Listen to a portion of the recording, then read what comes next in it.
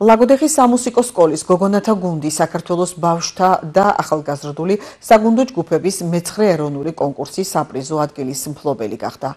გამარჯვებული გუნდის მიერ გამართულ ღია გაკვეთილს მუნიციპალიტეტის მერი დაესწრო ჯონდო მდივნიშვილმა მოსწავლეებს მიღწეული წარმატება მიულოცა და მუნიციპალიტეტის სახელის ღირსეული წარმოჩენისთვის მადლობის სიგალები გადასცა. სამუსიკო სკოლის გოგონათა გუნდმა მიიღო მონაწილეობა ეროვნულ კონკურსში, რომელიც ბავშვებსა და ახალგაზრდებს შორის გაიმართა. მნიშვნელოვანია ის, რომ მათ დაიკავეს საპრიზო ადგილი. საინტერესოა ზოგადად ასეთი ტიპის ღონისძიებები.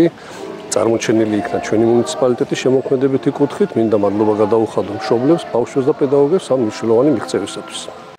ლაგოდეხის სამუსიკო სკოლის გოგონათა გუნდმა მიიღო მონაწილეობა საქართველოს რესპუბლიკის ბავშვთა და ახალგაზრდული გუნდების მე-9 ეროვნულ კონკურსში. 90 გუნდიდან მე-3 საპრიზო ადგილი მივიღეთ და ლაურეატის წოდება. და დიდი მადლობა მინდა გადაუხადო ყველას ერთად და მომავალი წარმატებები უსურვო.